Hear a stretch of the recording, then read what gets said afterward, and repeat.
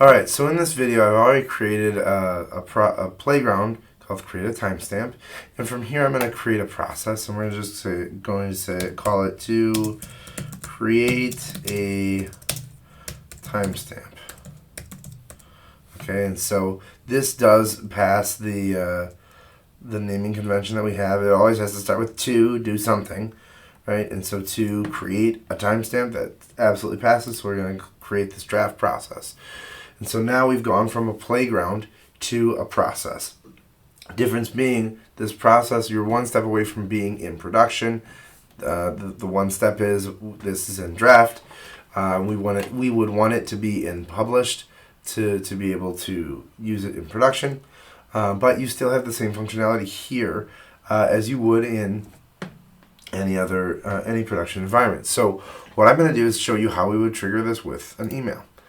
So it's as simple as going up to these three dots on the right here, clicking copy process email, and then that email has been copied to my clipboard.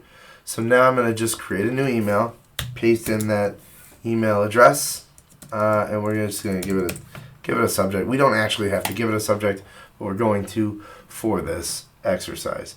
And so when I send that off, I'll be able to go into view runs. Now in this process, what we're actually doing is we're creating a timestamp. So we're getting today's date. We are getting today's date and time, and then passing that out as a variable. And so here you can see preparing knowledge. This is very common when you're doing this the first time. We're always looking at how to make these faster, and that knowledge preparation does take a second the very first time. But if I click into that run, you're going to see this. We have all the email metadata. We have the subject. We have the email body. There's really nothing to that. And then what we do is we get into the current date and time, getting those, and then formatting those in a little bit more user-friendly manner. And then we create the timestamp. And at the bottom, we have the result is the timestamp. So now we can use this process in a sub-process, as a sub-process, I should say. And I'll show you how to do that in a subsequent video. Thank you.